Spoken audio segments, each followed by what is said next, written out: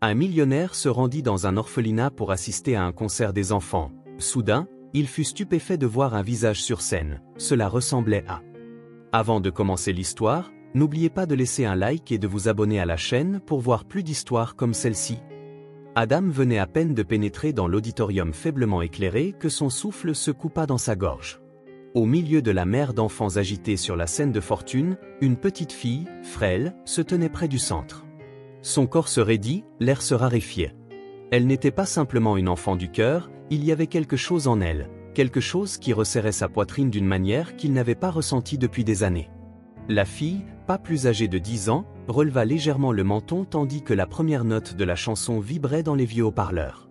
Ses cils sombres se mirent à scintiller alors qu'elle se concentrait sur quelque chose de lointain, quelque chose que seule elle pouvait voir. Puis, la façon dont elle inclina la tête, à peine perceptible, envoya une vague de nausées le submerger. Hélène faisait ça, pensa Adam. Il expira lentement, son cœur battant désormais en un rythme discordant contre la douce mélodie qui emplissait la salle.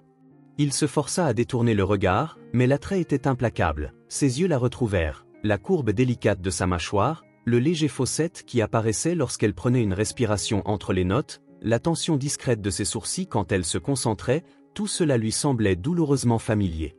Impossible? Ses doigts se serrèrent en un point, les ongles s'enfonçant dans sa paume. Il se disait qu'il était ridicule. Son esprit, entraîné à rationaliser, à réduire les choses à des faits, lui jouait des tours.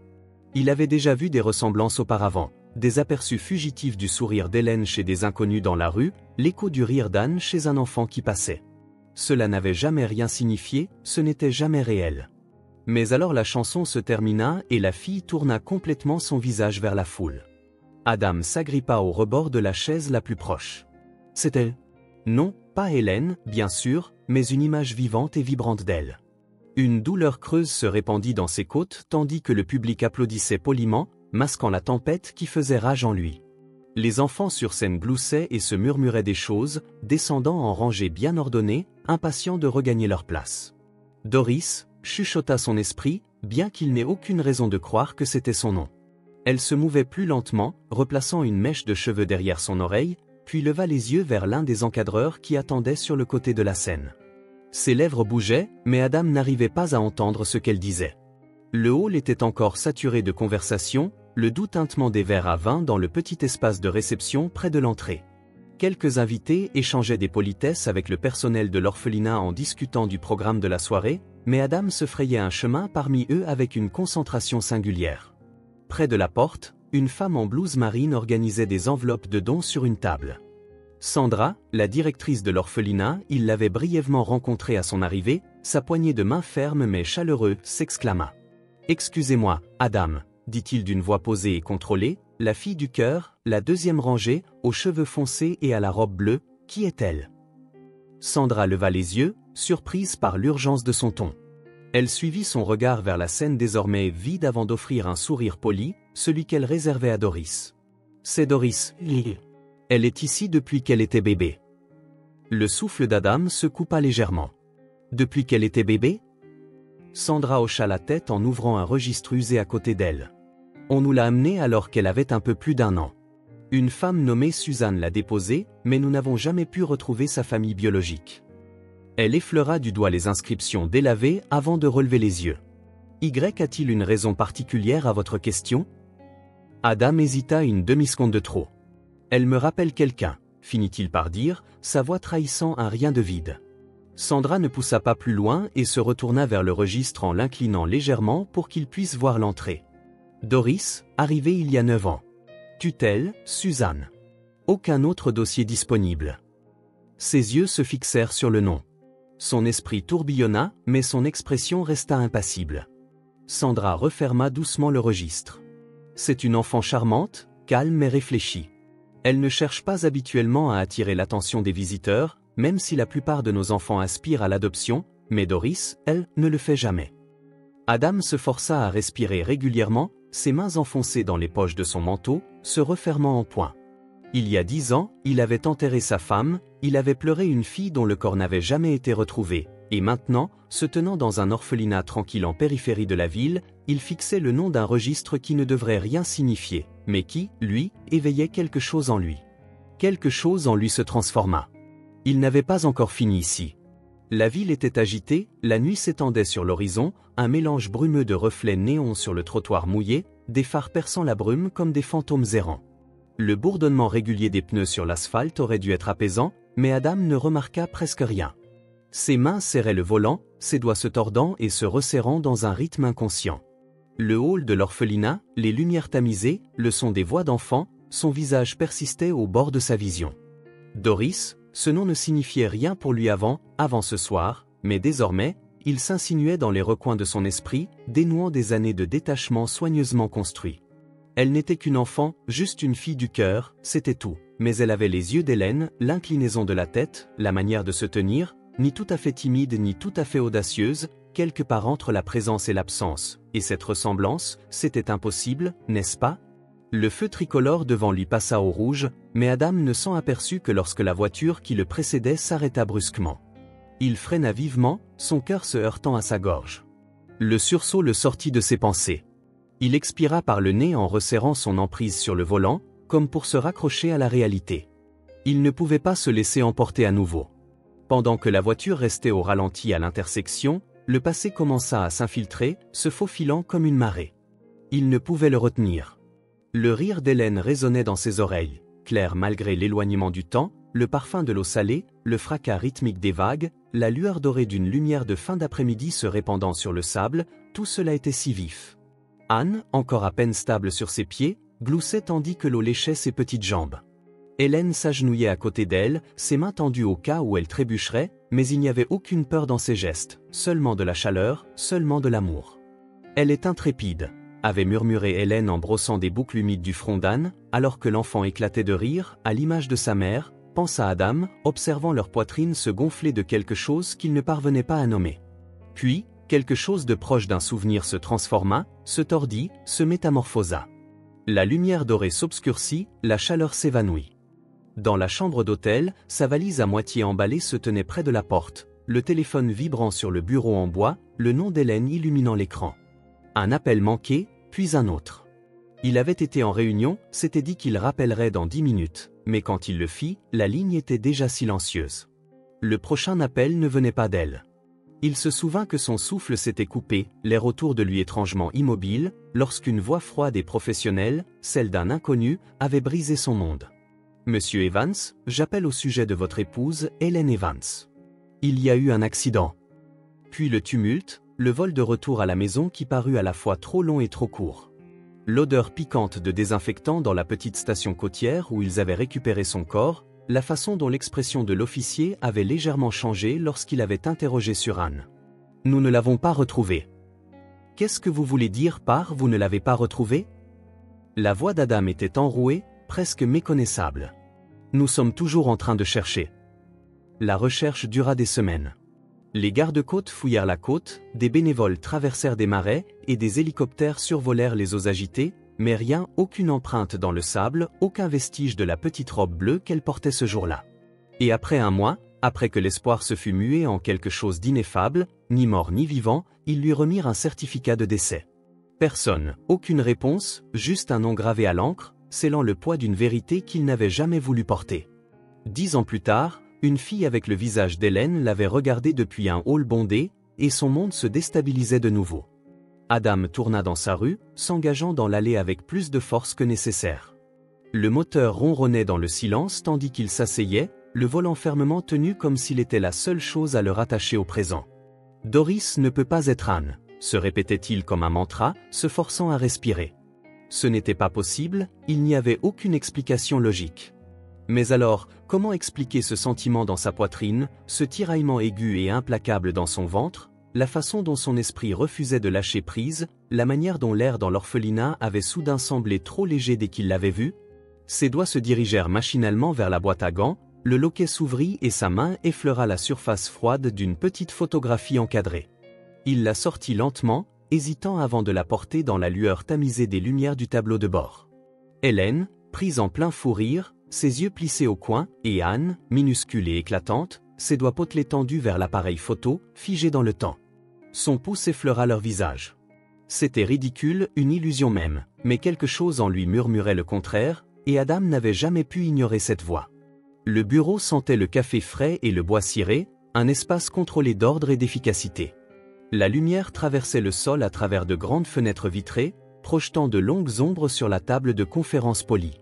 La silhouette de la ville s'étendait au-delà du verre, un labyrinthe de bâtiments imposants et de mouvements incessants, un monde qu'Adam avait construit, brique par brique calculé, dans une tentative de combler le vide. Mais aujourd'hui, il échouait. Les chiffres se brouillaient sur les rapports devant lui, le faible bourdonnement de la voix de son assistante, précise et professionnelle, n'était rien de plus qu'un bruit de fond. Il attrapa quelques bribes, acquisition finalisée, approbation du conseil en attente, réunion reprogrammée pour vendredi, mais rien de tout cela ne le touchait. Son esprit errait, revenant sans cesse à ce hall d'orphelinat silencieux, aux voix des enfants, et à cette attraction indéfinissable dans sa poitrine quand il l'avait vue. Pendant des années, il avait assisté à des événements caritatifs, rencontré des centaines d'enfants par l'intermédiaire des fondations qu'il soutenait, serré des mains, signé des chèques, adressé des mots d'encouragement à ces petits aux yeux brillants qui s'accrochaient à l'idée d'un avenir meilleur. Mais jamais, pas une seule fois, il n'avait remarqué une enfant de la manière dont il avait remarqué Doris. La réalisation le troubla profondément. Monsieur Evans, cligna-t-il des yeux, refocalisant son assistante, CLA, qui se tenait près de son bureau, attendant une réponse. « Pardon, qu'est-ce que vous avez dit ?» Sa voix était posée, entraînée, mais les yeux perçants de CLA trahissaient une pointe de suspicion. « Vous m'avez demandé de vous informer sur la nouvelle équipe de projet, n'est-ce pas ?» Il expira en se frottant la mâchoire. « Envoyez-moi les détails par email, j'examinerai cela plus tard. » Il hésita, comme s'il envisageait de pousser plus loin, puis hocha la tête. « Compris. » Au moment où la porte cliqueta derrière elle, Adam se pencha en arrière, fermant les yeux. Il devait se défaire de tout cela. Il avait passé une décennie à aller de l'avant, refusant de se laisser submerger par le passé. Ce n'était ni rationnel ni productif, et pourtant, il ne pouvait ignorer ce sentiment. Quand il quitta le bureau, le soleil continuait de briller sur le sol doré. Adam quittait rarement le travail aussitôt. Sa routine habituelle était de rentrer chez lui, se verser un verre et se perdre dans le travail. Mais ce soir, il se surprit à conduire chez lui avec une intention différente. À la maison, à l'étage, il déboutonna sa chemise en tissu amidonné pour l'échanger contre quelque chose de plus discret, un pull sombre, un jean et une paire de bottes usées, rarement utilisées depuis des années. Lorsqu'il se regarda dans le miroir, il trouva étrange à quel point il avait changé, n'étant plus tout à fait le cadre milliardaire, ni exactement l'homme qu'il avait été. De retour dans la voiture, le volant fermement en main, il savait exactement où il allait. L'orphelinat se trouvait en périphérie de la ville, niché entre des rues tranquilles et de vieux bâtiments érigés bien avant que l'empire d'Adam ne prenne forme. Il se gara à l'extérieur, s'attardant quelques instants de trop dans le siège du conducteur. À l'intérieur, les couloirs étaient plus calmes que la veille, pas de répétition de chœurs, pas de coordinateur d'événements affairés, seulement de rares éclats de rire lointains et le murmure de pas dans le couloir. Il retrouva Sandra près de la réception, ses yeux perçants l'observant avec une curiosité modérée. « Monsieur Evans ?» le salua-t-elle. « Quelle surprise, je voulais faire un autre don. » Il répondit d'un ton posé. Sandra haussa un sourcil, peu impressionnée, la plupart des gens géraient cela par email. Adam esquissa un sourire poli, mais resta silencieux. Sandra le regarda un instant, puis souffla. « Elle est dehors. » Sans s'étendre davantage, elle ajouta, et pendant un bref moment, Adam songea à feindre l'incompréhension, à prétendre ne pas savoir de qui elle parlait. Mais il n'y avait aucun intérêt. Il hocha la tête en remerciant avant de se diriger vers l'entrée latérale, en direction du petit patio. Doris était assise sur un banc en bois près du jardin, un carnet de croquis posé sur ses genoux. Ses cheveux étaient attachés en une queue de cheval lâche, quelques mèches échappées encadrant son visage pendant qu'elle se concentrait sur la page. Au début, elle ne le remarqua pas. Adam s'arrêta à quelques pas, l'observant. Son crayon glissait avec une aisance délicate, traçant des traits précis qui créaient des ombres et de la profondeur. L'image était inachevée, mais indubitable, des vagues de l'océan s'enroulaient vers un rivage invisible, quelque chose dans sa poitrine se serra. Hélène dessinait ainsi, avec la même précision méticuleuse, de la même manière qu'elle semblait se dissoudre dans l'acte lui-même, perdue dans un monde que seule elle pouvait voir. « Tu es doué », dit finalement Adam d'une voix posée. Doris sursauta légèrement et leva les yeux. Elle le regarda, ni méfiante ni particulièrement intéressée, simplement en observant. « Merci », répondit-elle simplement, sa voix douce mais claire. Il s'avança, se penchant pour observer le dessin de l'océan. Doris acquiesça. J'aime la façon dont il se meut. Il ne s'arrête jamais vraiment.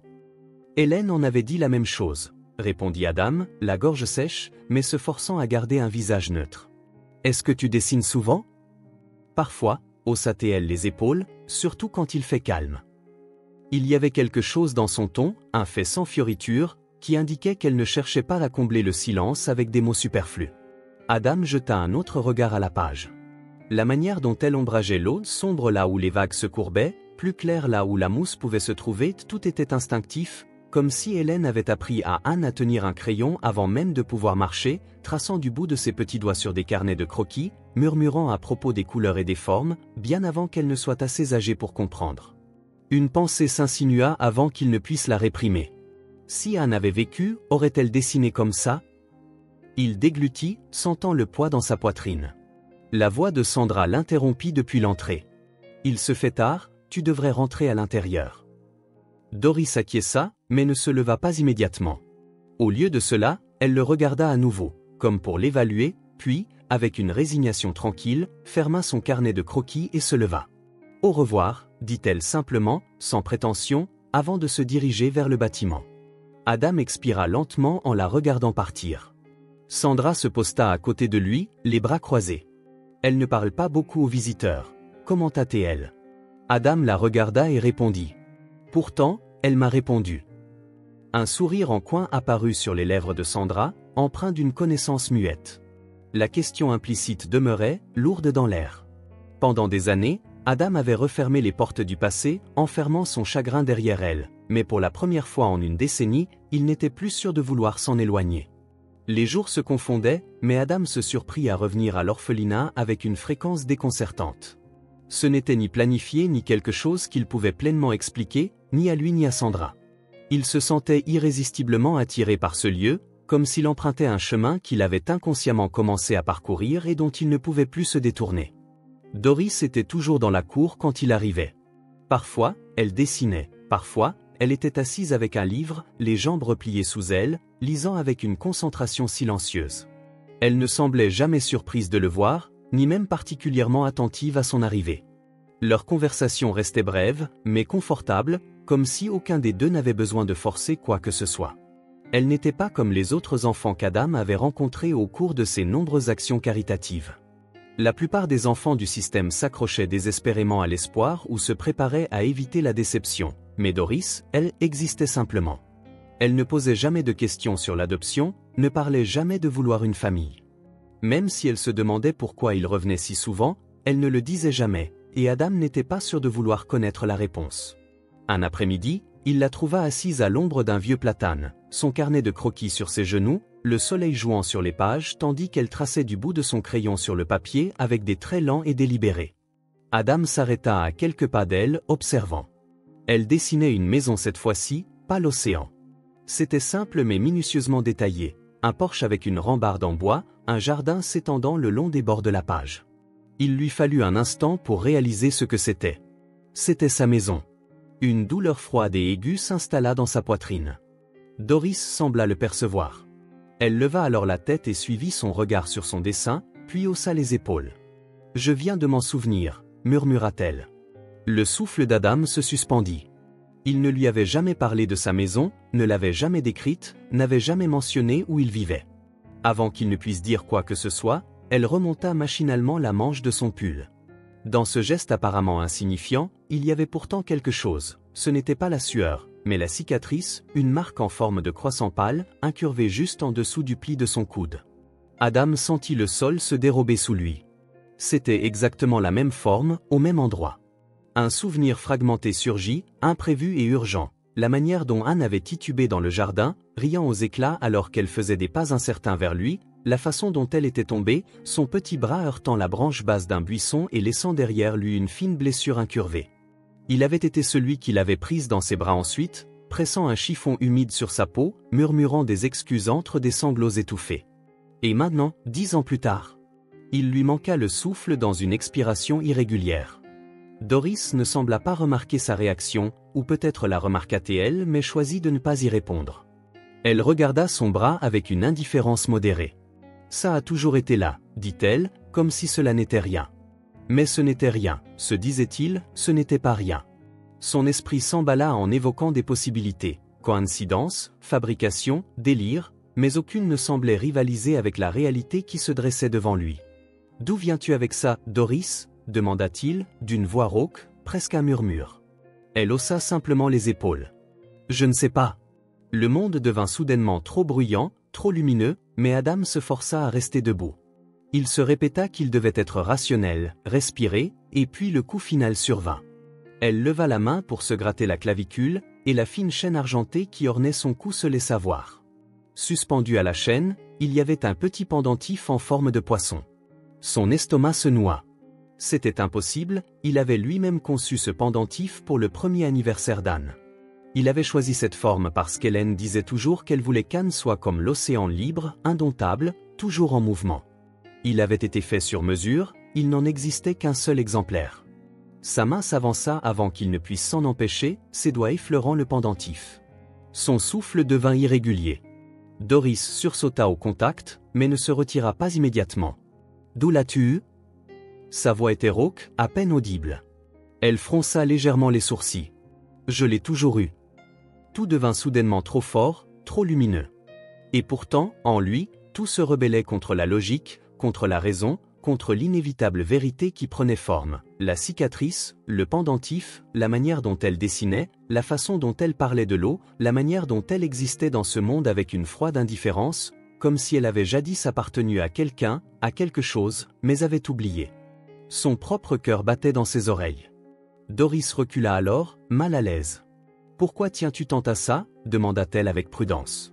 Adam ouvrit la bouche, mais aucun mot ne sortit. « Parce que tu es à moi. Parce que tu n'étais jamais censé être ici, dans cet endroit, dans cette vie. Parce que j'ai enterré un cercueil vide en pensant que tu étais parti pour toujours. » Il lâcha le pendentif et recula, comme brûlé par la vérité.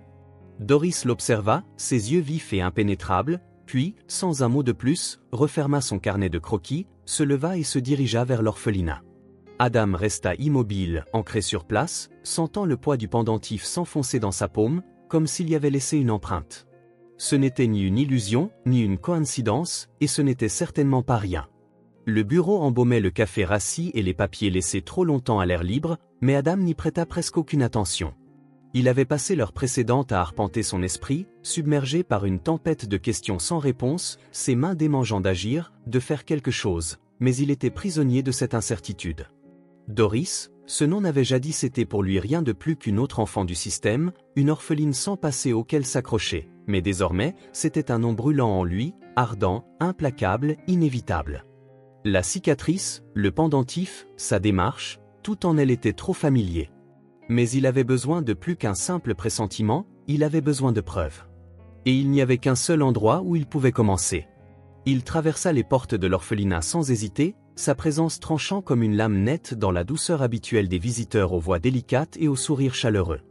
Il n'était pas là pour les politesses, il avait besoin de réponses. Sandra leva les yeux de son bureau, son expression se durcissant en voyant son visage. « Vous êtes de retour, monsieur Evans » dit-elle d'un ton mesuré. Il expira vivement. « J'ai besoin d'informations sur Suzanne, maintenant. » Sandra ne réagit pas immédiatement. Elle l'observa, cherchant quelque chose dans son visage. « Pourquoi cette question » demanda-t-elle enfin. Adam passa une main sur sa mâchoire, sentant la tension dans ses muscles. « Je dois savoir où elle est. Je dois lui parler. Elle n'est plus impliquée dans la vie de Doris depuis qu'elle l'a déposée ici, et cela ne vous dérange pas ?» Sa voix se fit plus tranchante qu'il ne l'avait voulu, mais il s'en fichait. Une femme confie un bébé et disparaît, et personne ne pense à la chercher. Le regard de Sandra ne fléchit pas. « Nous avons cherché », répondit-elle d'un ton égal, mais il n'y avait ni nom de famille, ni adresse enregistrée, seulement une note indiquant que l'enfant n'avait aucune famille, personne ne s'est jamais manifesté pour la réclamer. Le système a fait ce qu'il devait faire. Adam serra les poings, la frustration montant en lui. Il doit y avoir quelque chose, un vieux dossier, un enregistrement, quoi que ce soit. Sandra soupira et se leva. « Suivez-moi » dit-elle. Elle le conduisit dans son bureau, un espace encombré de papiers soigneusement empilés, de registres de dons et d'un vieux classeur à tiroirs aux étiquettes effacées. Elle ouvrit un tiroir, feuilleta des dossiers avant d'en extraire une unique feuille jaunie. « Voilà tout ce que nous avons. Elle le lui tendit. Adam parcourut la page du regard. Aucun nom de famille, aucune identification, juste le prénom Suzanne et une unique phrase en bas, défilant. Elle n'a personne d'autre. S'il vous plaît, prenez soin d'elle. Il serra le papier dans sa main. C'est tout ? Demanda-t-il d'une voix tendue. Sandra se pencha contre le bureau, les bras croisés. C'est tout. Adam inspira brusquement, se forçant à penser. Très bien, je vais la retrouver moi-même, murmura-t-il plus pour lui-même que pour elle. Sandra l'observa attentivement. Et si vous y parvenez ? Il croisa son regard. Alors j'aurai mes réponses. L'enquêteur qu'Adam avait engagé était efficace, discret et valait chaque dollar qu'il avait déboursé au fil des années, mais jamais pour une affaire comme celle-ci. Il ne s'agissait pas d'un concurrent commercial, d'un prospect ou d'une évaluation de risque, c'était personnel. J'ai besoin de tout ce que vous pourrez trouver sur une femme nommée Suzanne, avait déclaré Adam au téléphone ce soir-là. Elle a déposé un enfant à l'orphelinat Saint-Marie il y a 9 ans et a disparu. Aucun nom de famille, aucun dossier, juste le prénom Suzanne. Ce n'est pas grand-chose pour commencer, admit l'enquêteur.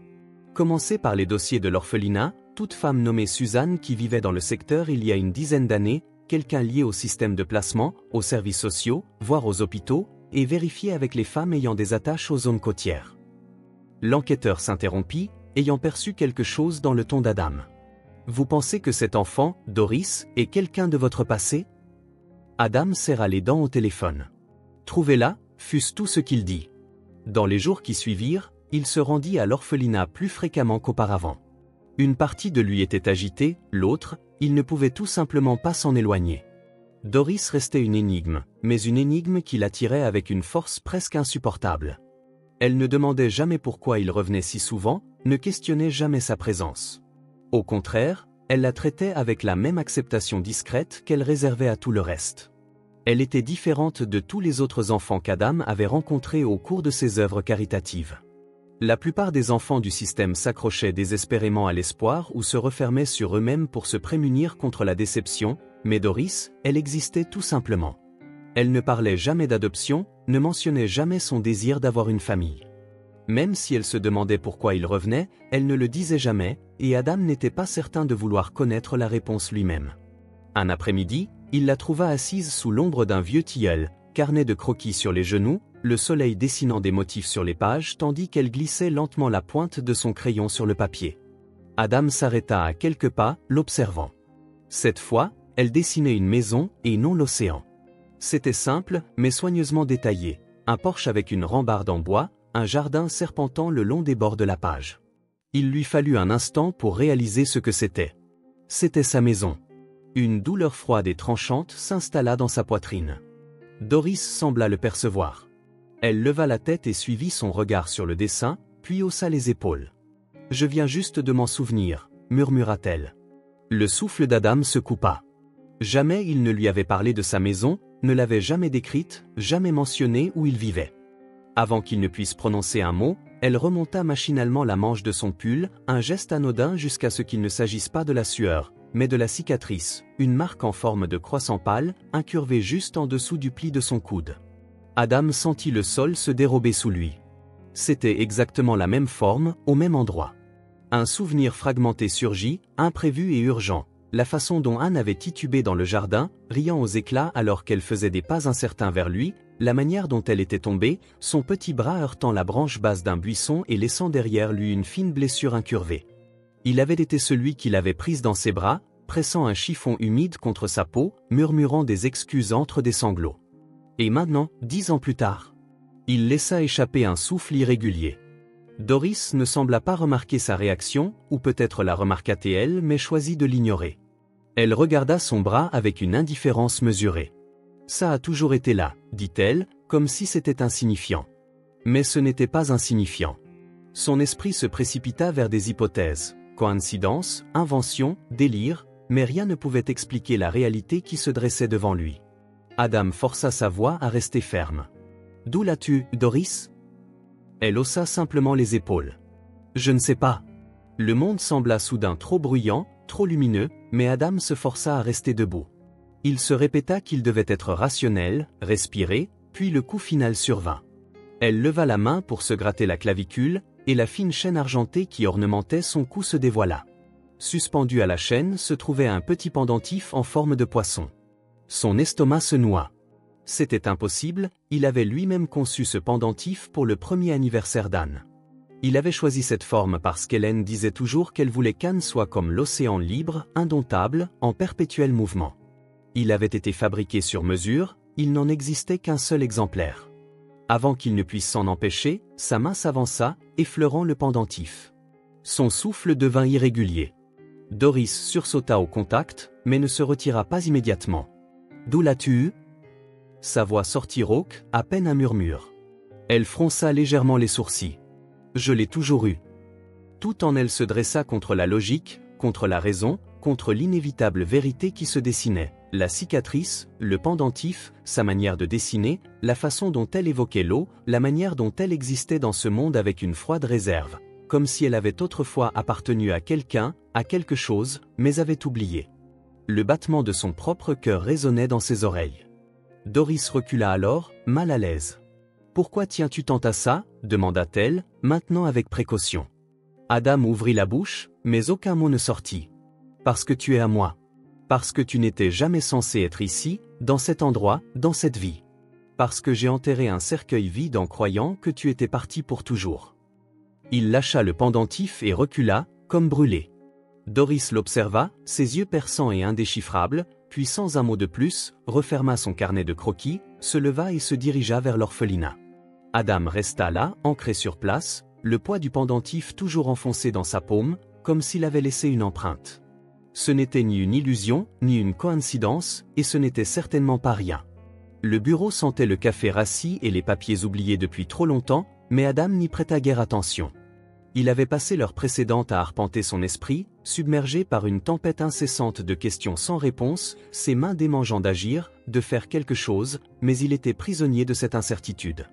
Doris, ce nom n'avait jadis signifié pour lui rien de plus qu'une autre enfant du système, une orpheline sans passé auquel s'accrocher, mais désormais, c'était un nom qui brûlait en lui, implacable, inévitable. La cicatrice, le pendentif, la façon dont elle se mouvait et s'exprimait, tout en elle était trop familier. Mais il avait besoin de plus qu'un simple pressentiment, il avait besoin de preuves. Et il n'y avait qu'un seul endroit pour commencer. Il franchit les portes de l'orphelinat sans hésiter, sa présence tranchant nettement dans la douceur habituelle des visiteurs aux voix délicates et aux sourires chaleureux. Il n'était pas là pour les politesses, il avait besoin de réponses. Sandra leva les yeux de son bureau, son expression se durcissant à la vue de son visage. « Vous êtes de retour, monsieur Evans » dit-elle prudemment. Il expira vivement. « J'ai besoin d'informations sur Suzanne, maintenant. » Sandra ne réagit pas immédiatement. Elle l'observa, cherchant quelque chose dans son visage. « Pourquoi cette question » demanda-t-elle enfin. Adam passa une main sur sa mâchoire, sentant la tension dans ses muscles. « Je dois savoir où elle est. Je dois lui parler. Elle n'est plus impliquée dans la vie de Doris depuis qu'elle l'a déposée ici, et cela ne vous dérange pas ?»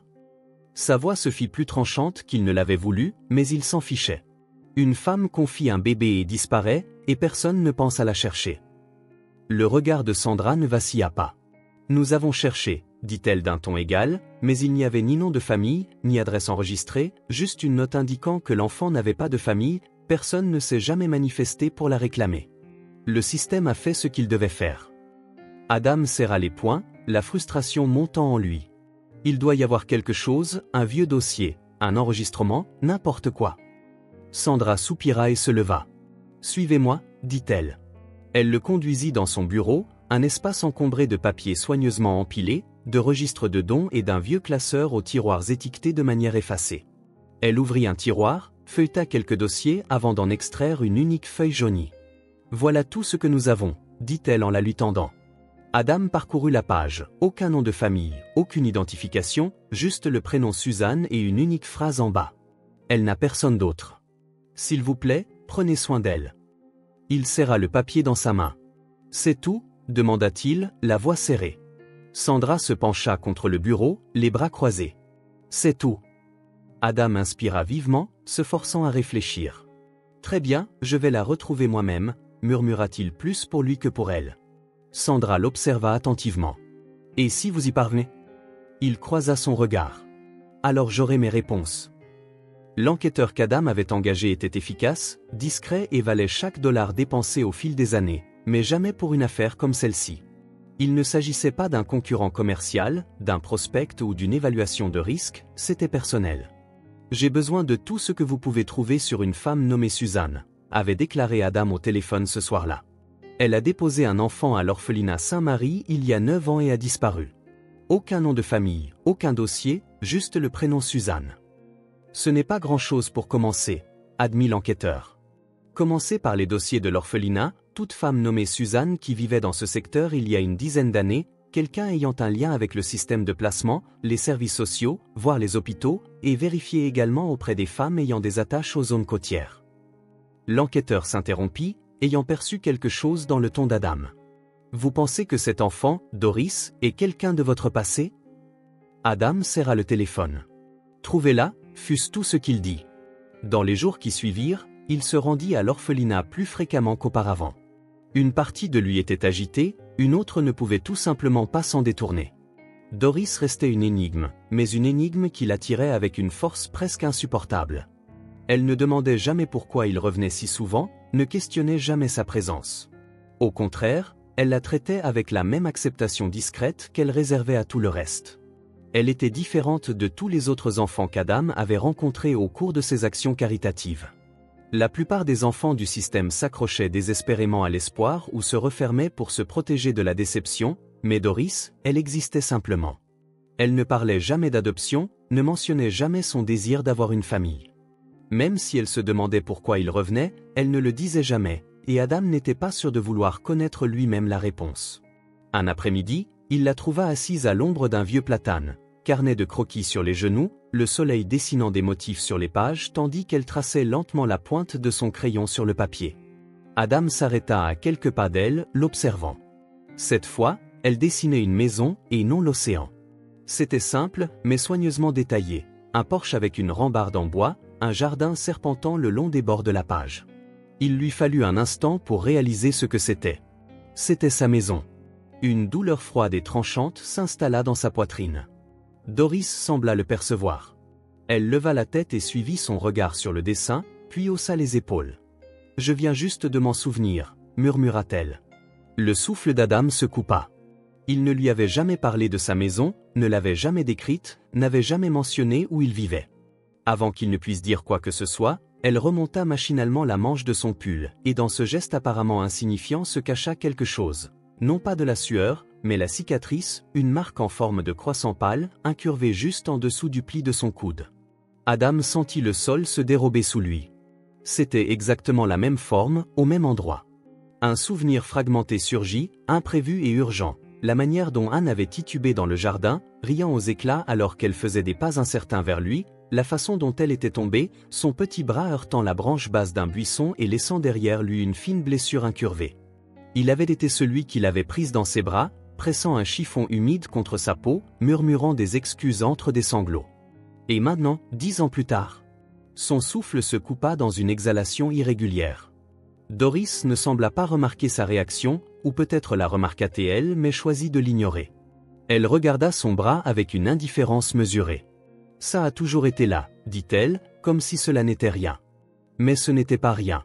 Son esprit s'emballa en évoquant des hypothèses, coïncidence, invention, délire, mais aucune ne semblait rivaliser avec la réalité devant lui. Il força sa voix à rester ferme. « D'où l'as-tu, Doris ?» Elle haussa simplement les épaules. « Je ne sais pas. » Le monde sembla soudain trop bruyant, trop lumineux, mais Adam se força à rester debout. Il se répéta qu'il devait rester rationnel, respirer, et puis le coup final survint. Elle leva la main pour se gratter la clavicule, et la fine chaîne argentée qui ornementait son cou se dévoila. Suspendu à la chaîne, un petit pendentif en forme de poisson. Son estomac se noua. C'était impossible, il avait lui-même conçu ce pendentif pour le premier anniversaire d'Anne. Il avait choisi cette forme parce qu'Hélène disait toujours qu'elle voulait qu'Anne soit comme l'océan libre, indomptable, en perpétuel mouvement. Il avait été fabriqué sur mesure, il n'en existait qu'un seul exemplaire. Avant qu'il ne puisse s'en empêcher, sa main s'avança, effleurant le pendentif. Son souffle devint irrégulier. Doris sursauta au contact, mais ne se retira pas immédiatement. « D'où l'as-tu eu » Sa voix sortit rauque, à peine audible. Elle fronça légèrement les sourcils. Je l'ai toujours eu. Tout en elle se dressa contre la logique, contre la raison, contre l'inévitable vérité qui prenait forme, la cicatrice, le pendentif, sa manière de dessiner, la façon dont elle évoquait l'eau, la manière dont elle existait dans ce monde avec une froide réserve, comme si elle avait jadis appartenu à quelqu'un, à quelque chose, mais avait oublié. Le battement de son propre cœur résonnait dans ses oreilles. Doris recula alors, mal à l'aise. « Pourquoi tiens-tu tant à ça ?» demanda-t-elle prudemment. Adam ouvrit la bouche, mais aucun mot ne sortit. « Parce que tu es à moi. Parce que tu n'étais jamais censé être ici, dans cet endroit, dans cette vie.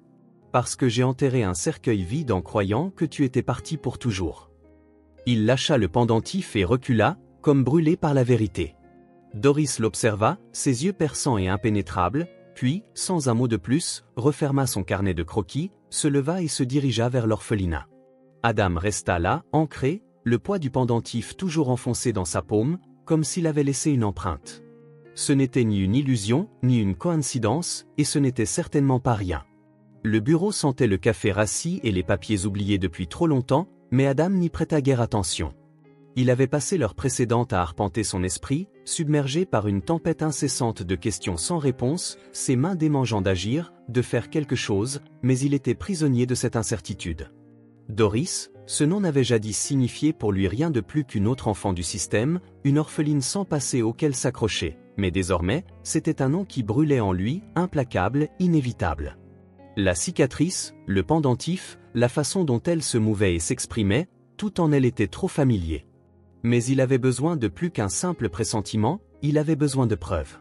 Et il n'y avait qu'un seul endroit où il pouvait commencer. Il traversa les portes de l'orphelinat sans hésiter, sa présence tranchant nettement dans la douceur habituelle des visiteurs aux voix délicates et aux sourires chaleureux. Il n'était pas là pour les politesses, il avait besoin de réponses. Sandra leva les yeux de son bureau, son expression se durcissant en voyant son visage. « Vous êtes de retour, monsieur Evans ?» dit-elle prudemment. Il expira vivement. « J'ai besoin d'informations sur Suzanne, maintenant. » Sandra ne réagit pas immédiatement. Elle l'observa, cherchant quelque chose dans son visage. « Pourquoi cette question ?» demanda-t-elle enfin. Adam passa une main sur sa mâchoire, sentant la tension dans ses muscles. « Je dois savoir où elle est. Je dois lui parler. Elle n'est plus impliquée dans la vie de Doris depuis qu'elle l'a déposée ici, et cela ne vous dérange pas ?» Sa voix se fit plus tranchante qu'il ne l'avait voulu, mais il s'en fichait. Une femme confie un bébé et disparaît, et personne ne pense à la chercher. Le regard de Sandra ne vacilla pas. « Nous avons cherché, » dit-elle d'un ton égal, mais il n'y avait ni nom de famille, ni adresse enregistrée, juste une note indiquant que l'enfant n'avait pas de famille, que personne ne s'était manifesté pour la réclamer. Le système a fait ce qu'il devait faire. Adam serra les poings, la frustration montant en lui. Il doit y avoir quelque chose, un vieux dossier, un enregistrement, n'importe quoi. Sandra soupira et se leva. « Suivez-moi, » dit-elle. Elle le conduisit dans son bureau, un espace encombré de papiers soigneusement empilés, de registres de dons et d'un vieux classeur au tiroir aux étiquettes effacées. Elle ouvrit un tiroir, feuilleta quelques dossiers avant d'en extraire une unique feuille jaunie. « Voilà tout ce que nous avons, » dit-elle en la lui tendant. Adam parcourut la page du regard, aucun nom de famille, aucune identification, juste le prénom Suzanne et une unique phrase en bas. Elle n'a personne d'autre. S'il vous plaît, prenez soin d'elle. Il serra le papier dans sa main. C'est tout ? Demanda-t-il d'une voix tendue. Sandra se pencha contre le bureau, les bras croisés. C'est tout. Adam inspira vivement, se forçant à réfléchir. Très bien, je vais la retrouver moi-même, murmura-t-il plus pour lui que pour elle. Sandra l'observa attentivement. Et si vous y parvenez ? Il croisa son regard. Alors j'aurai mes réponses. L'enquêteur qu'Adam avait engagé était efficace, discret et valait chaque dollar dépensé au fil des années, mais jamais pour une affaire comme celle-ci. Il ne s'agissait pas d'un concurrent commercial, d'un prospect ou d'une évaluation de risque, c'était personnel. J'ai besoin de tout ce que vous pouvez trouver sur une femme nommée Suzanne, avait déclaré Adam au téléphone ce soir-là. Elle a déposé un enfant à l'orphelinat Saint-Marie il y a 9 ans et a disparu. Aucun nom de famille, aucun dossier, juste le prénom Suzanne. Ce n'est pas grand-chose pour commencer, admit l'enquêteur. Commencez par les dossiers de l'orphelinat, toute femme nommée Suzanne qui vivait dans ce secteur il y a une dizaine d'années, quelqu'un ayant un lien avec le système de placement, les services sociaux, voire les hôpitaux, et vérifier également auprès des femmes ayant des attaches aux zones côtières. L'enquêteur s'interrompit, ayant perçu quelque chose dans le ton d'Adam. « Vous pensez que cet enfant, Doris, est quelqu'un de votre passé ?» Adam serra le téléphone. « Trouvez-la » fut tout ce qu'il dit. Dans les jours qui suivirent, il se rendit à l'orphelinat plus fréquemment qu'auparavant. Une partie de lui était agitée, une autre ne pouvait tout simplement pas s'en détourner. Doris restait une énigme, mais une énigme qui l'attirait avec une force presque insupportable. Elle ne demandait jamais pourquoi il revenait si souvent, ne questionnait jamais sa présence. Au contraire, elle la traitait avec la même acceptation discrète qu'elle réservait à tout le reste. Elle était différente de tous les autres enfants qu'Adam avait rencontrés au cours de ses actions caritatives. La plupart des enfants du système s'accrochaient désespérément à l'espoir ou se refermaient pour se protéger de la déception, mais Doris, elle existait simplement. Elle ne parlait jamais d'adoption, ne mentionnait jamais son désir d'avoir une famille. Même si elle se demandait pourquoi il revenait, elle ne le disait jamais, et Adam n'était pas sûr de vouloir connaître lui-même la réponse. Un après-midi, il la trouva assise à l'ombre d'un vieux platane, carnet de croquis sur les genoux, le soleil dessinant des motifs sur les pages tandis qu'elle traçait lentement la pointe de son crayon sur le papier. Adam s'arrêta à quelques pas d'elle, l'observant. Cette fois, elle dessinait une maison et non l'océan. C'était simple, mais soigneusement détaillé, un porche avec une rambarde en bois, un jardin serpentant le long des bords de la page. Il lui fallut un instant pour réaliser ce que c'était. C'était sa maison. Une douleur froide et tranchante s'installa dans sa poitrine. Doris sembla le percevoir. Elle leva la tête et suivit son regard sur le dessin, puis haussa les épaules. « Je viens juste de m'en souvenir », murmura-t-elle. Le souffle d'Adam se coupa. Il ne lui avait jamais parlé de sa maison, ne l'avait jamais décrite, n'avait jamais mentionné où il vivait. Avant qu'il ne puisse dire quoi que ce soit, elle remonta machinalement la manche de son pull, et dans ce geste apparemment insignifiant se cacha quelque chose. Non pas de la sueur, mais la cicatrice, une marque en forme de croissant pâle, incurvée juste en dessous du pli de son coude. Adam sentit le sol se dérober sous lui. C'était exactement la même forme, au même endroit.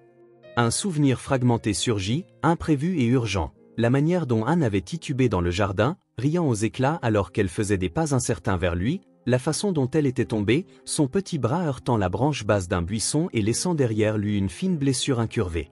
Il avait été celui qui l'avait prise dans ses bras, pressant un chiffon humide contre sa peau, murmurant des excuses entre des sanglots.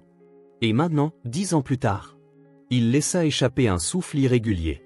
Doris ne sembla pas remarquer sa réaction, ou peut-être la remarqua-t-elle elle, mais choisit de l'ignorer. Elle regarda son bras avec une indifférence mesurée. « Ça a toujours été là », dit-elle, comme si cela n'était rien. Mais ce n'était pas rien. Son esprit s'emballa en évoquant des hypothèses. Coïncidence, invention, délire, mais aucune ne semblait rivaliser avec la réalité devant lui. Il força sa voix à rester ferme. « D'où l'as-tu, Doris ?» Elle haussa simplement les épaules. « Je ne sais pas. » Le monde sembla soudain trop bruyant, trop lumineux, mais Adam se força à rester debout. Il se répéta qu'il devait rester rationnel, respirer, et puis le coup final survint. Elle leva la main pour se gratter la clavicule, et la fine chaîne argentée qui ornementait son cou se dévoila. Suspendu à la chaîne se trouvait un petit pendentif en forme de poisson. Son estomac se noua. C'était impossible, il avait lui-même conçu ce pendentif pour le premier anniversaire d'Anne. Il avait choisi cette forme parce qu'Hélène disait toujours qu'elle voulait qu'Anne soit comme l'océan libre, indomptable, en perpétuel mouvement. Il avait été fabriqué sur mesure, il n'en existait qu'un seul exemplaire. Avant qu'il ne puisse s'en empêcher, sa main s'avança, effleurant le pendentif. Son souffle devint irrégulier. Doris sursauta au contact, mais ne se retira pas immédiatement. « D'où l'as-tu eu » Sa voix sortit rauque, à peine un murmure. Elle fronça légèrement les sourcils. « Je l'ai toujours eu. » C'était presque triste en eux. C'était une tempête, dit-elle, simplement une mauvaise tempête, du genre qui met l'océan en colère. Adam serra les mâchoires. Je l'ai trouvé le lendemain matin. J'étais autrefois pêcheur de côte, principalement à la crabière et à la palangrotte, et ce petit matin-là ne faisait pas exception, continua Suzanne. Elle s'est échouée sur la plage, à moitié ensevelie dans le sable. Elle était petite, trop petite, respirant à peine, la peau froide comme la marée qui l'avait laissée derrière. Le cœur d'Adam se tordit, une nausée rampante montant dans sa gorge. Suzanne poussa un soupir en se frottant le visage. Je ne savais pas d'où elle venait, personne ne le savait. Aucun bateau ne s'était renversé, et il n'y avait aucun signalement d'enfants disparus du village, rien, vraiment rien. Elle secoua la tête. Je l'ai prise chez moi parce que je pensais pouvoir m'occuper d'elle. J'ai essayé, vraiment, mais j'étais vieille, mon mari était décédé, et je n'avais aucun moyen d'offrir à un bébé la vie qu'elle méritait. Alors tu l'as laissée à l'orphelinat. Suzanne hocha la tête. Je pensais que c'était la bonne chose à faire. Peut-être que ça l'était, peut-être que non, mais elle avait besoin de plus que ce que je pouvais lui donner. La respiration d'Adam était instable. Il baissa les yeux sur ses mains, sentant le poids du moment s'enfoncer dans sa poitrine. On ne l'a pas abandonnée. Elle s'était perdue, et puis on l'a sauvée. Elle n'était jamais censée être là, murmura-t-il. Suzanne l'étudia. Non, elle ne l'était pas. Le silence s'étira entre eux. Adam serra les poings, essayant de contenir ses émotions. Elle ne se souvient de rien, n'est-ce pas? Demanda-t-il enfin. Suzanne secoua la tête. Rien du tout, elle était trop jeune. Adam expira lentement en pressant ses doigts contre sa tempe. Toutes ces années, j'ai cru qu'Anne était partie, qu'elle s'était noyée, que l'océan l'avait engloutie tout entière, emportant tout sur son passage. J'ai pleuré sur une tombe vide, passé des nuits à imaginer l'horreur de ces derniers instants, me demandant si elle avait eu peur, si elle avait appelé à moi. Et pendant tout ce temps, elle était là, vivante. Doris, Anne avait été perdue, mais elle avait survécu. Il avala difficilement, la gorge serrée. Merci, dit-il, la voix à peine audible. Suzanne le regarda longuement, puis hocha la tête. Une fois, c'est une bonne fille, tu sais, forte, silencieuse, mais forte. Les lèvres d'Adam s'ouvrirent, mais il ne parvint pas à prononcer un mot. Il fouilla dans la poche de son manteau et en sortit une enveloppe épaisse, garnie de billets nets. Il la déposa sur la table. Avant même qu'elle ne puisse protester, Suzanne fronça les sourcils. « Je n'en ai pas besoin. Ce n'est pas pour toi. » Adam intervint, la voix plus ferme. « C'est pour ce que tu as fait, pour l'avoir gardée, pour l'avoir protégée, pour t'être assuré qu'elle vive assez longtemps pour être retrouvée. » Elle le fixa longuement, puis hocha la tête en posant délicatement sa main sur l'enveloppe.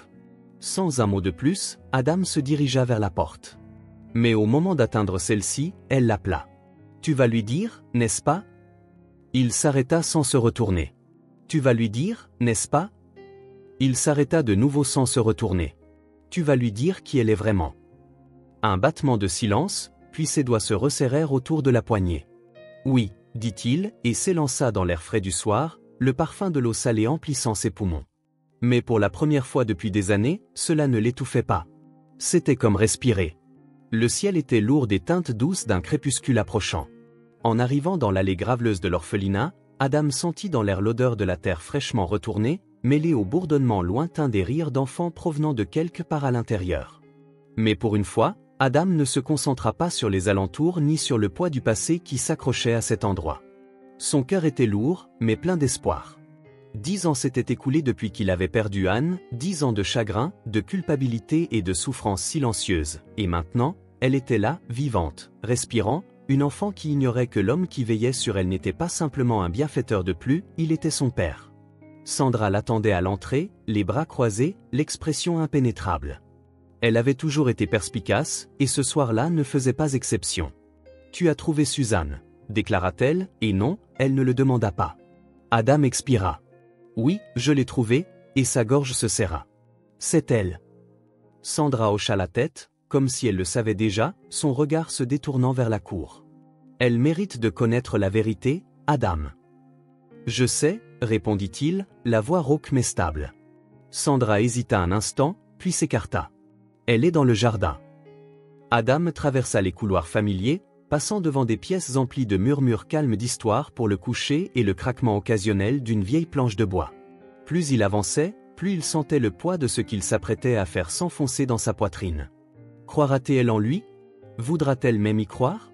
Le bruissement doux des feuilles l'accueillit lorsqu'il sortit. Le jardin était baigné dans la lueur douce du soleil déclinant, sa lumière projetant de longues ombres dorées sur les allées de pierre, et là, assise en tailleur sous le vieil orme, se trouvait Doris. Elle ne releva pas immédiatement les yeux, ses doigts effleuraient distraitement les pages de son carnet de croquis, son crayon hésitant, comme perdu dans ses pensées. Adam hésita, puis fit un pas envers elle. « Doris, dit-il. » Elle leva les yeux vers lui, l'expression neutre mais les yeux curieux. Tu es revenu. Adam déglutit. J'avais besoin de te parler. Elle l'observa un moment avant de refermer son carnet et de le poser de côté. Tu as l'air différent. Comment ça, différent? Tu as l'air de porter quelque chose que tu ne veux pas dire. Un mince sourire amusé traversa ses lèvres. Tu es perspicace, comme Hélène. Tu as raison, admit Adam. Mes mains ont froid, mais j'ai forcé ma volonté de m'asseoir à côté de toi sur ce banc de pierre. L'espace entre eux semblait fragile, comme du verre sur le point de se briser. Dis-moi, dit-elle en inclinant légèrement la tête. Dis-moi. Adam inspira profondément. J'ai besoin de te raconter une histoire. Elle ne parla pas, mais ne détourna pas le regard non plus. Il y a bien longtemps, il y avait un homme qui avait une femme qu'il aimait plus que tout, et ensemble ils avaient une fille, tout son univers. Sa voix était stable, mais ses doigts se crispaient contre son genou. Un jour, l'homme partit pour le travail, juste pour un petit moment, et pendant son absence, quelque chose de terrible arriva. Sa femme et sa fille se rendirent à l'océan, mais une tempête survint, l'air entre elles changea. Les doigts de Doris se crispèrent légèrement sur ses genoux, mais elle ne dit rien. La femme ne survécut pas, continua Adam, la voix plus douce, et la petite fille, elle se perdit, emportée. Il avala ces mots, tranchant sa gorge comme du verre. Pendant 10 ans, l'homme crut que sa fille était morte ce jour-là, mais non. Le silence s'étira entre eux, seul le murmure lointain du vent dans les arbres se faisait entendre. Les lèvres de Doris s'écarquillèrent légèrement, ses yeux scrutant le visage d'Adam. « Pourquoi me racontes-tu cela » Adam se tourna entièrement vers elle, son regard tenant le sien avec une intensité silencieuse. C'était le moment, parce que... Doris, sa voix vacilla, mais il ne détourna pas le regard, « Tu es cette petite fille. » Doris se figea. Elle ne cligna pas des yeux, ne respira pas. C'était comme si l'air lui avait été volé, ne laissant place qu'à des yeux grands ouverts et incompris, fixant le sien. Adam avala difficilement. « Ton vrai prénom, c'est Anne, » dit-il, ses mains tremblant, mais sa voix demeurant ferme. « Où je suis ton père ?» Ces mots restèrent suspendus entre eux, fragiles et impossibles. La respiration de Doris se bloqua, ses mains se crispèrent sur ses genoux, les doigts s'enfonçant dans le tissu de son pull. « Non, » murmura-t-elle, mais ce n'était pas une protestation, c'était du choc. Adam ne bougea pas, ne la poussa pas, il se contenta de l'observer, la laissant absorber la vérité. « Tu mens, » dit-elle, mais sa voix tremblait. « Tu ne mens pas. Tu te trompes, j'aimerais tant que ce soit le cas. » La respiration de Doris devint irrégulière, ses épaules se soulevant et retombant trop rapidement. « Ça n'a aucun sens. Je ne me souviens pas. J'ai toujours été. » Sa voix se brisa. Le cœur d'Adam se serra en voyant l'ampleur de la réalisation, la peur, le poids écrasant de la vérité s'abattre sur elle. Des larmes lui montèrent aux yeux, mais elle ne les laissa pas couler. « Tu es ma » Sa voix se fendit. Adam tendit la main lentement, avec précaution, craignant qu'elle ne se retire. « Je n'ai jamais cessé de te chercher, » murmura-t-il, « je n'ai jamais cessé d'espérer. » Un moment, elle resta figée, puis, dans un mouvement désespéré, elle se jeta contre lui, se blottissant dans sa poitrine, son petit corps tremblant alors que le premier sanglot étouffé éclatait. Les bras d'Adam se refermèrent instinctivement autour d'elle, fermement, comme s'il craignait qu'elle ne disparaisse à nouveau, et pour la première fois depuis 10 ans, il serra sa fille perdue, brisée, magnifique. Les doigts de Doris s'accrochèrent à son pull, tout son corps tremblant sous la force de l'émotion. « Je ne me souviens pas, » murmura-t-elle, la voix étouffée contre lui. « Je ne me souviens pas. » « Ce n'est pas grave, » murmura Adam, la voix épaisse. Il pressa ses lèvres contre ses cheveux, fermant les yeux tandis que des larmes s'échappaient enfin des siennes.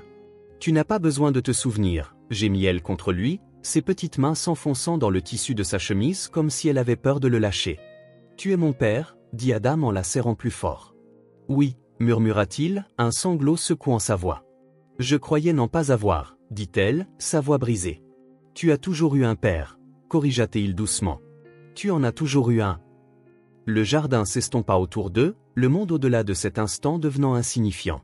Peu importait où il se trouvait, combien d'années s'étaient écoulées ou combien de mots avaient été engloutis par le temps. Elle était à lui, et cette fois, il ne la laisserait pas partir. Le matin était vif et silencieux alors que Doris se tenait près des portes de l'orphelinat, un petit sac de voyage jeté sur l'épaule, le poids du moment pesant plus lourd qu'elle ne l'avait imaginé. Autour d'elle, les visages familiers Sandra, le personnel, les autres enfants observaient dans un silence complice. Certains des plus jeunes s'agrippaient à ses bras, leurs petites mains serrant son pull comme s'ils voulaient retenir les derniers fils des souvenirs partagés. Adam se tenait à quelques pas, attendant. Doris expira, essayant de contenir ses émotions. Elle avait passé presque toute sa vie entre ces murs, sans jamais savoir où elle appartenait vraiment. Maintenant, elle partait. C'était ce qu'elle avait toujours imaginé, ce dont rêvait chaque enfant à l'orphelinat. Mais ce n'était pas comme elle s'y attendait.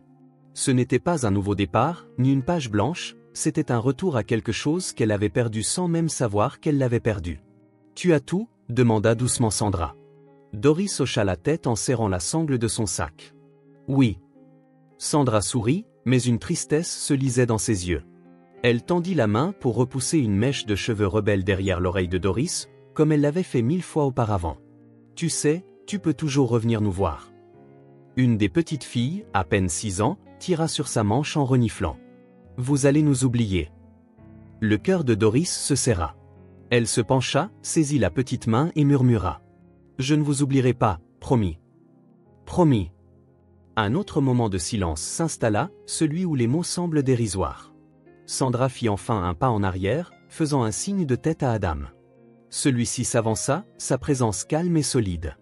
Il ne l'avait pas poussé à partir plus vite, il n'avait pas précipité les adieux. Pourtant, lorsqu'elle se tourna vers lui, elle ressentit une hésitation soudaine. Sa maison n'était pas simplement une maison, c'était sa maison, un monde qui avait autrefois appartenu à une famille qu'elle ne se rappelait plus, à une mère qu'elle avait perdue avant même de pouvoir la connaître. Elle n'avait pas peur exactement, mais elle ne savait pas quoi ressentir. Adam sembla le deviner. Il posa doucement une main sur son épaule. « Tu es prête ?» Doris hésita, puis hocha la tête. Et sur ces mots, elle monta dans la voiture, laissant derrière elle le seul foyer qu'elle ait jamais connu. Le manoir était trop grand. Doris s'attendait à ce qu'il soit grandiose, différent de l'orphelinat, mais pas comme cela. Les plafonds étaient trop hauts et les meubles semblaient sortir d'un magazine, impeccables et intacts. Même l'air avait une odeur de cuir, de bois poli, avec une pointe d'agrumes. « Ta chambre est à l'étage, » dit Adam, avec soin, « tu pourras la décorer comme tu veux. » Doris hocha simplement la tête et le suivit dans les couloirs, ses pas feutrés sur le sol ciré. Des tableaux ornaient les murs des paysages, des œuvres abstraites, rien de trop personnel jusqu'à ce qu'elle s'arrête près de l'escalier. Un grand tableau y était accroché. Contrairement aux autres, celui-ci n'était pas impersonnel, ce n'était pas quelque chose d'acheté en galerie, c'était une œuvre peinte à la main, aux touches douces, aux couleurs soigneusement fusionnées, c'était le travail d'Hélène. Doris ne savait pas comment elle le savait, mais elle le savait. Un frémissement involontaire traversa ses doigts, elle avait déjà dessiné ainsi, esquissé et ombragé avec la même concentration. Sa gorge se serra. Adam s'arrêta à côté d'elle, l'observant d'un air indéchiffrable. « Tu as peint cela ?» dit-il doucement. Doris n'eut même pas besoin de demander qui elle était. Elle déglutit, passant ses doigts sur l'ourlet de son pull. « Tu aimais la peinture ?»« Tu l'aimais ?» murmura Adam, sa voix reprenant cette qualité lointaine, comme s'il était coincé entre le passé et le présent. « Je voulais t'enseigner un jour, » ajouta-t-il. Le cœur de Doris se serra. Elle ne se souvenait pas, elle voulait se souvenir, mais elle ne le pouvait pas. Au lieu de répondre, elle se détourna et continua de marcher. La transition n'était pas facile. Dans le manoir, tout était trop silencieux. À l'orphelinat, il y avait toujours du bruit, des enfants courant dans les couloirs, le personnel appelant à l'ordre, quelqu'un riant, quelqu'un pleurant. Ici, il n'y avait que le silence. Adam avait essayé, elle savait bien qu'il avait essayé. Il avait commencé à travailler de chez lui, à prendre ses repas avec elle au lieu de laisser des assiettes dans le frigo, et il lui demandait comment s'était passée sa journée, même si elle ne répondait que par un hochement de tête. Mais certaines choses ne se réparaient pas si facilement. L'appeler « papa » lui semblait étrange. Elle ne savait pas si c'était parce qu'elle avait passé trop de temps sans famille ou parce que cela rendait tout trop réel. Adam ne la forçait jamais, il ne lui demandait jamais de le dire, il ne la corrigeait pas quand elle se contentait de prononcer son nom. Mais parfois, dans ces moments de calme, lorsqu'il lui passait la main dans les cheveux distraitement, lorsqu'il réglait le chauffage dans sa chambre parce qu'il pensait qu'elle aurait froid, elle avait failli le dire, elle ne pouvait tout simplement pas encore. Un après-midi, elle erra dans un petit salon à l'arrière de la maison, attirée par une odeur vaguement familière. Des toiles de peinture étaient empilées près des fenêtres, certaines vierges, d'autres couvertes d'esquisses et de travaux inachevés. Des pinceaux reposaient dans des pots, la peinture séchée formant une croûte sur les poêles. Adam se tenait là, près d'un chevalet, regardant quelque chose sur la table. Il se retourna lorsqu'il l'entendit. « J'allais déblayer un peu, dit-il, mais je pensais que tu voudrais d'abord voir ça. » Doris s'avança. Les papiers sur la table étaient remplis d'esquisses à moitié dessinées, la plupart représentant l'océan. Ses doigts effleurèrent le bord d'un croquis. « Ce sont des... maman ?» Adam hocha la tête. « Oui, certains d'entre eux. » Elle fixa la page, observant les traits précis du fusain, puis, sans y penser, tendit la main pour prendre un crayon. Adam ne dit rien, se contentant de l'observer alors qu'elle s'asseyait à la table, ses doigts effleurant timidement la feuille. Elle ne savait pas pourquoi elle faisait cela, peut-être était-ce une mémoire musculaire, peut-être quelque chose de plus profond. Mais au fur et à mesure que les lignes prenaient forme des vagues se déroulant, le ciel rencontrant l'horizon, tout semblait juste. Adam expira doucement, presque comme s'il craignait de rompre ce moment. « Tu n'as pas besoin de te souvenir, dit-il, mais tu restes Anne. » Sa main trembla légèrement sur le papier. Elle n'était pas encore sûre de qui elle était, mais peut-être, juste peut-être, commençait-elle à le découvrir. La nuit était profonde, la ville silencieuse à l'exception du léger bourdonnement des voitures qui passaient au loin. Adam s'assit à son bureau, les doigts enserrant un verre de whisky intact. La douce lueur de sa lampe projetait de longues ombres sur le sombre acajou, et l'écran de son ordinateur affichait un travail qu'il n'avait aucun désir de terminer. Son téléphone sonna, tranchant le silence, vif et intrusif. Adam se redressa, posa le verre, et, en tendant la main pour attraper l'appareil, l'idée de l'appelant afficha un nom familier, l'enquêteur. Son estomac se serra. Il s'attendait à cet appel, mais maintenant qu'il était là, il n'était pas sûr d'être prêt. « Oui » répondit-il.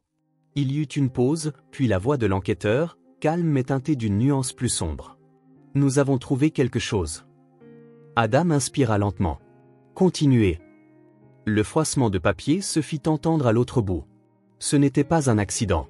Expliquez-moi le bateau qu'Hélène a pris ce jour-là, celui qui a chaviré pendant la tempête. Il a été trafiqué, les conduites de carburant avaient été coupées et le radeau de survie lacéré avant même qu'elle ne le mette à l'eau. » Sa prise se resserra autour du téléphone, son cœur battant lourdement. « Êtes-vous sûr ? Nous avons eu accès à un ancien rapport de maintenance. Le bateau avait été vérifié une semaine auparavant, pleinement fonctionnel. Mais une fois récupéré, il y avait des signes évidents d'intervention.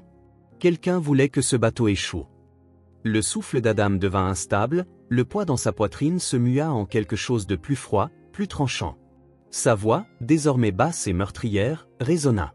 « Vincent Bryan. » Un silence lourd et assourdissant s'étira entre eux. Adam ferma les yeux, agrippant le rebord du bureau. Vincent. Cela faisait des années qu'il n'avait pas entendu ce nom, mais les souvenirs refirent surface, inondant son esprit d'une rage froide et brûlante, un rival d'affaires, un homme réputé pour ses méthodes douteuses, pour entretenir des rancunes, un homme qu'Adam avait autrefois écrasé lors d'une affaire qui avait coûté tout à Vincent. Mais ceci dépassait le cadre des affaires. « C'est lui qui a fait ça », murmura-t-il, plus pour lui-même que pour l'enquêteur. Sa mâchoire se raidit, les muscles de son cou se tendirent. « Il a tué Hélène ? » Une pause. « Et il a essayé de tuer ta fille. » Adam expira lentement, tentant de contenir la furie qui bouillonnait dans ses veines. Il avait passé des années à croire qu'il les avait perdus, par un coup de chance, par la main cruelle du destin. Mais ce n'était pas le destin, ce n'était pas un accident, c'était un meurtre, et il avait laissé faire. L'enquêteur reprit. « Il y a autre chose. J'ai examiné les finances de Vincent. Il a disparu un certain temps après l'accident, mais récemment, son nom refait surface. Il est de retour dans le pays. » La prise d'Adam sur le téléphone se resserra, puis, après une brève hésitation. « Je vous enverrai les détails. » Adam hocha la tête d'un signe discret. « Très bien. » Il mit fin à l'appel, posant le téléphone avec un contrôle délibéré. Son reflet se rencontra dans la fenêtre assombrie, son expression impénétrable. Pendant 10 ans, il avait vécu avec la culpabilité de ne pas avoir été là, de croire qu'il avait perdu sa femme et sa fille sous l'emprise impitoyable de l'océan. Maintenant, il connaissait la vérité, et il n'allait pas laisser Vincent Bryant s'en tirer. Pas une fois de plus. La pluie commença à tomber en un rythme lent et régulier, martelant les fenêtres du bureau d'Adam, tandis qu'il fixait le dossier étalé devant lui. Le nom de Vincent Bryant lui faisait face en lettres capitales, accompagné d'une image de surveillance granuleuse d'une récente observation. L'enquêteur avait été minutieux, trop minutieux. Il y avait des adresses, des relevés financiers, une chronologie des déplacements de Vincent au cours de la dernière décennie. Il avait passé du temps à l'étranger, à rester discret, mais maintenant il était de retour, et pas n'importe, dans la même ville. Ce salaud se promenait en liberté, vivait sa vie comme s'il n'avait pas volé Hélène, comme s'il n'avait pas détruit tout ce qu'Adam avait aimé. Les doigts d'Adam se crispèrent en poing, sa mâchoire se contracta. Ce n'était plus seulement une affaire, c'était personnel. Un coup à la porte interrompit ses pensées. Il expira vivement, ferma le dossier d'un geste brusque, avant d'appeler. « Entrez !» La porte grinça en s'ouvrant et Doris entra. Elle hésita une demi-seconde avant de pénétrer pleinement dans la pièce, son petit corps se déplaçant silencieusement sur le sol ciré. « Tu es encore éveillé, dit-elle. » Adam esquissa un sourire forcé, qui ne parvenait pas à atteindre ses yeux. « Et toi, tu le es aussi. » Elle haussa les épaules en se déplaçant, puis jeta un coup d'œil à son bureau. « Tu as l'air en colère. » Il hésita. Il était incroyable de voir à quel point elle le percevait, elle avait hérité de la discrète perspicacité d'Hélène, la capacité de déceler les émotions même lorsque rien n'était dit. Adam passa une main sur son visage. « C'est compliqué. » Doris ne bougea pas, restant près de la porte, ses doigts se crispant sur l'ourlet de son pull. « C'est à propos de ma maman, n'est-ce pas ?» Sa respiration se coupa. Elle n'avait jamais parlé d'Hélène de cette façon auparavant. Ma maman? Cela avait toujours été distant. Hélène était une idée, une histoire, quelque chose qu'elle n'était pas sûre de pouvoir revendiquer comme la sienne. Mais maintenant, elle la revendiquait. Adam avala, hochant la tête. Oui. Doris expira lentement, puis, d'un pas mesuré, s'avança vers le bureau. Qu'est-ce qui s'est passé? Demanda-t-elle. Adam hésita. Il aurait voulu la protéger de cette obscurité, la mettre à l'abri de ce qu'il venait de découvrir. Mais elle méritait la vérité. Alors il lui raconta, en lui exposant les conclusions de l'enquêteur, sur le bateau trafiqué, sur l'homme responsable. Il ne mâcha pas ses mots, choisissant soigneusement chacun d'eux, guettant la moindre marque de détresse sur son visage. Doris écoutait, sans parler, sans broncher, absorbant chaque détail. Lorsqu'il eut fini, le silence retomba. La pluie dehors s'était adoucie en une bruine légère, et la pièce n'était éclairée que par la lueur tamisée de la lampe de bureau. Doris finit par parler, d'une voix calme et ferme. « Qu'est-ce que tu vas faire ?» Adam répondit lentement. « Je ne sais pas encore. » Ses yeux se plissèrent. « Tu es en colère, n'est-ce pas? Tu vas le faire souffrir ?» La question fit se resserrer sa poitrine. Une partie de lui voulait, une partie voulait voir Vincent brisé, ruiné, souffrant, payé pour chaque seconde de chagrin, pour chaque nuit passée à croire qu'Anne était morte, pour chaque année de deuil, pour un crime dont il ignorait même l'existence. Il pouvait le faire, il avait le pouvoir, les ressources, il pouvait faire disparaître Vincent. Mais alors Doris, elle l'observait, l'étudiait, et pour la première fois, il n'était pas seulement un mari en deuil, pas seulement un homme assoiffé de vengeance, il était un père. Ses poings se serrèrent, puis se détendirent lentement. « Non, je ne lui ferai pas de mal, » dit-il enfin. Doris ne semblait pas convaincue. « Pourquoi pas ?» Adam expira. « Parce que la vengeance ne changera rien. » Ses sourcils se froncèrent légèrement, ses doigts tapotant doucement sur son genou. « Ça ne ramènera pas maman. »« Non, » murmura Adam, doucement, « ça ne ramènera pas maman. » Doris resta silencieuse un moment, puis, presque hésitante, murmura. « Qu'est-ce qui lui arrivera, alors ?» Adam se pencha en avant, posant ses coudes sur le bureau.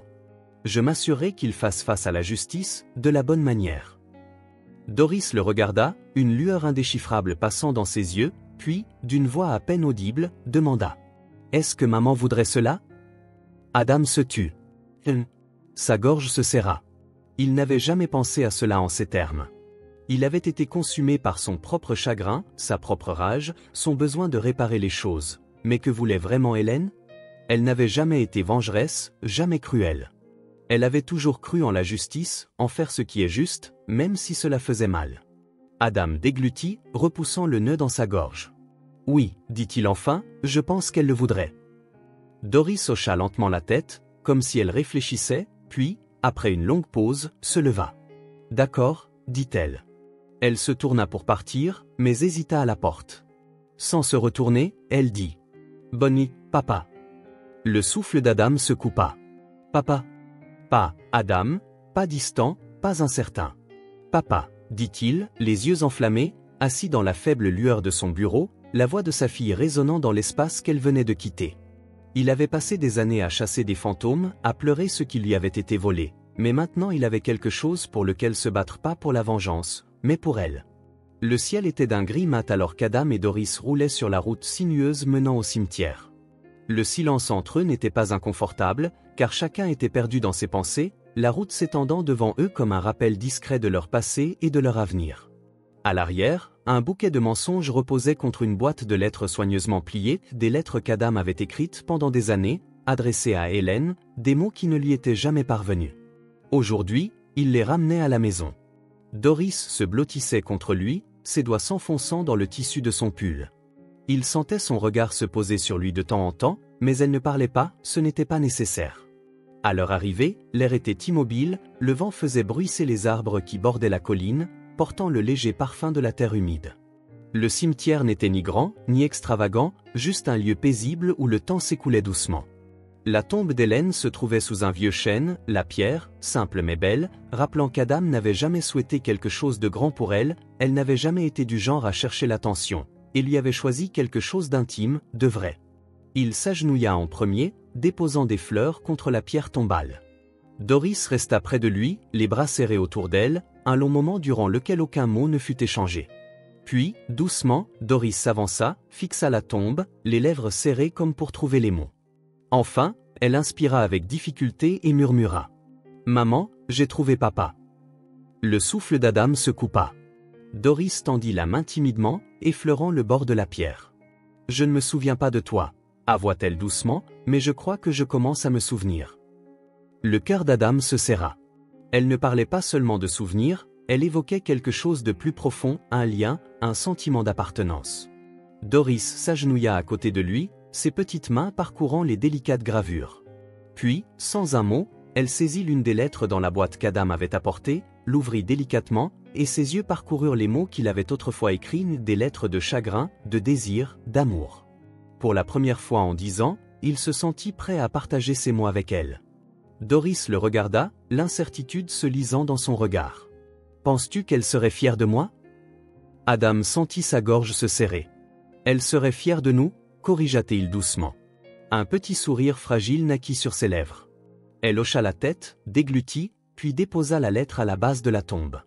Ils restèrent là longtemps, le temps suffisant pour que les nuages se déplacent, pour que le vent emporte l'odeur des mensonges dans l'air. Finalement, lorsque le ciel s'obscurcit, Doris tendit la main et prit celle d'Adam. Adam s'immobilisa, c'était instinctif, un geste simple, mais chargé de tout. Elle avait choisi de lui prendre la main, de lui faire confiance. Alors qu'il regagnait la voiture, Adam jeta un coup d'œil à sa fille et ressentit quelque chose qu'il n'avait pas éprouvé depuis des années, de la paix. L'affaire contre Vincent restait ouverte, la justice viendrait en temps voulu, mais pour l'instant, Adam avait ce qui importait le plus, sa fille, et il ne la laisserait plus jamais partir. Si ce film touche ton cœur, laisse ta marque en aimant cette vidéo et n'oublie pas de t'abonner à notre chaîne pour explorer avec nous d'autres histoires pleines de sens. Si tu as aimé cette histoire, partage-la avec tes amis sur WhatsApp et raconte-nous tes sentiments, tes propres histoires. Chaque mot que tu partages est une brique qui aide à bâtir notre communauté forte et durable. Ensemble, nous créerons un espace chaleureux où chacun pourra partager et se connecter. Et surtout, ne manque pas les histoires incroyables à venir, toujours là pour te proposer le meilleur, des sélections riches en valeurs profondes, tout en étant divertissantes. À bientôt!